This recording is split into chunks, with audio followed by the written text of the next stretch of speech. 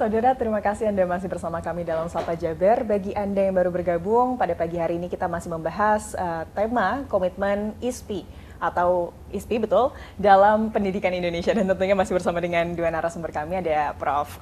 Sunario dan juga Prof. Sofia di sini ya. Prof, kita lanjutkan perbincangan kita yang tadi juga sempat terpotong ya.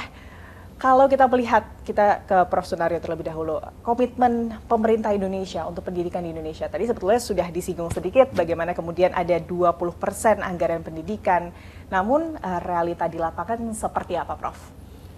Ya, tentu saya tidak punya data yang cukup solid lah tentang itu, ya. Tetapi saya hanya ingin mengatakan bahwa ketika konstitusi sudah memberikan amanat anggaran pendidikan 20%, tentu ini kan harus dikawal dalam implementasinya. Poin saya hanya ingin mengatakan sebagai sebuah pemikiran dari ISPI, mumpung sekarang pemerintah dalam hal ini Kemdikbud sedang mempersiapkan rancangan undang-undang sistem pendidikan, maka sebaiknya anggaran 20% belanja pendidikan ini dipetakan dalam Undang-Undang Sisdiknas, sehingga jelas pengawalannya. Bukan dalam arti anggaran rinci, tetapi ada semacam panduan regulasi bahwa 20% anggaran ini adalah untuk ini. Ambil contoh, sekiranya dari pusat ada masuk ke daerah 20%, daerah kan punya kewajiban juga untuk menambah 20%. Apakah yang 20% ini dari pusat ini dianggap anggaran daerah atau bukan? Kalau dianggap anggaran daerah, daerah kan belum menambah. Nah, mestinya kan itu dua hal yang lain. Apakah itu seperti itu? Saya pikir kalau itu diatur dalam undang-undang, semua Pemda akan punya tanggung jawab dan komitmen yang sama. Itu yang maksud harus dikawal itu dalam undang-undang itu. Baik, dan tentunya ISPI ini terus menyuarakan itu, menyuarakan hal itu ya. Ya. Prof, tapi yang menarik juga, kalau kita berbicara mengenai pendidikan Indonesia, apalagi fokus atau concern dari ISPI, ini bagaimana kemudian masalah-masalah pendidikan di Indonesia ini terus digali, terus dicoba untuk selesaikan. Tapi apakah kemudian sudah ada atau mungkin sudah mulai dilakukan nih, bagaimana kemudian pertukaran pendidikan secara global dan seperti itu. Contohnya saja, Prof ini juga merupakan Duta Besar Indonesia untuk Uzbekistan. Apakah sudah mulai terjadi mungkin pertukaran pendidik dan juga terdidik dari Uzbek dan Indonesia?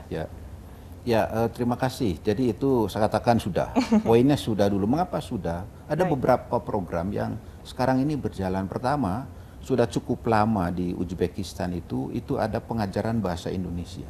Baik. Paling tidak itu ada di 3 atau 4 universitas. Di situ ada pengajaran bahasa Indonesia.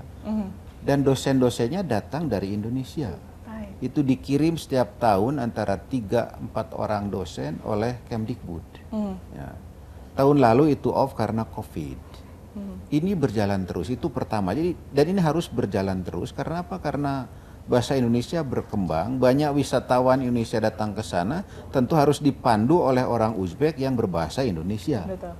Nah, itu satu. Dan itu selalu saya promosikan itu. Yang kedua, kerjasama perguruan tinggi. Saya ingin ambil contoh UPI saja, ya. Karena banyak perguruan tinggi yang sudah MOU, tapi implementasi kan masih terbatas. Ambil contoh UPI yang bekerja sama dengan Tashkent State University of Economy. Ini sudah ada 5 guru besar, dosen, doktor ke sana memberi kuliah dalam bidang ekonomi.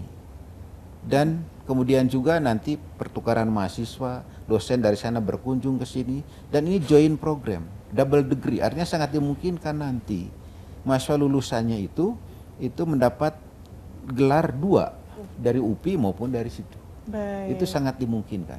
Kedua itu, yang ketiga, ini kita menawarkan beasiswa untuk mereka yang ingin kuliah di sini. Berbagai perguruan tinggi menawarkan, termasuk UNJ saya pikir menawarkan untuk mereka yang datang ke sini, karena mereka sangat gandrung akan pendidikan. Bagi orang-orang kaya mungkin ke Eropa, ke Amerika kuliahnya, tapi bagi orang menengah yang perlu beasiswa, maka Indonesia ini jangan sampai kalah oleh Malaysia.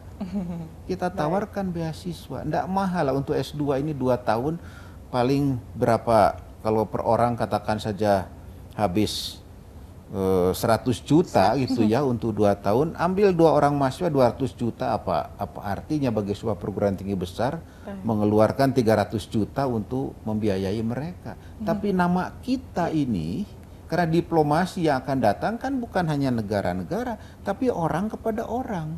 Mereka akan menjadi juru bicara Indonesia di negara-negara itu. Saya kira ini strategi diplomasi juga. Ini menarik sekali ya, kacamata baru diplomasi mungkin ya, barusan sekilas. Betul. Selanjutnya kita ke Prof. Sofia. Prof, kami dengar ini ada agenda peluncuran lembaga akreditasi mandiri pendidik atau LAMDIK ya disebutnya ya. Ini apa itu LAMDIK dan seperti apa nanti di lapangan cara kerjanya mungkin atau pekerjaannya seperti itu? Terima kasih. LAMDIK salah satu produk dari ISPI. Ya, memang cita-cita ISPI salah satunya adalah ya sangat concern terhadap mutu pendidikan yang ada di Indonesia, terutama di pendidikan tinggi. Nah, LAMDIK sebetulnya sudah mendapatkan izin dari pemerintah, karena memang ini juga salah satu amanah dari undang-undang, undang-undang Sisdiknas ya, Undang-Undang Nomor 12. Oleh karena itu, ISPI segera menginisiasi untuk mendirikan LAMDIK bersama dengan asosiasi-asosiasi profesi lain yang bergerak di dalam pendidikan. Saat ini kita sudah mencoba merekrut para asesor, sudah membuat instrumennya, sudah membuat beragam kebijakan yang terkait dengan pelaksanaan akreditasi untuk program studi yang ada di perguruan tinggi kependidikan. Banyak sekali program studi yang harus kita akreditasi yang ada di lingkungan kependidikan yang disebut dengan program studi kependidikan. Itu baik dari perguruan tinggi umum seperti UPI, UNJ, UNESA, UNES begitu, dan FKIP lain yang ada di perguruan tinggi seperti di Unila, di Untirta, di UNP ataupun di beberapa perguruan tinggi lain yang ada di luar Jawa. Selain itu juga cakupan LAMDIK itu ini berdasarkan perintah dari Dikti ya, dari Ban PT juga. Kita cakupan yang harus diakreditasi oleh LAMDIK itu program studi kependidikan yang ada di bawah Kemenak. Baik. Ya, dari UIN, IAIN, STAIN atau Sekolah Tinggi Ilmu Agama, yaitu banyak juga yang diberikan kepada LAMDIK untuk diakreditasi. Sehingga kami betul-betul mempersiapkan diri ya untuk membuat instrumen yang betul-betul layak untuk mengukur hasil manajemen maupun proses belajar yang ada di setiap program studi kependidikan. Nah, mudah-mudahan salah satu upaya ISPI melalui LAMDIK, kita mampu menciptakan program studi kependidikan yang bisa menghasilkan tadi sarjana-sarjana pendidikan yang berkualitas, yang diharapkan oleh masyarakat dan bangsa Indonesia. Baik. Tentunya diharapkan outputnya nanti ini adalah pendidik-pendidik yang profesional dan tentunya menjawab tuntutan zaman begitu.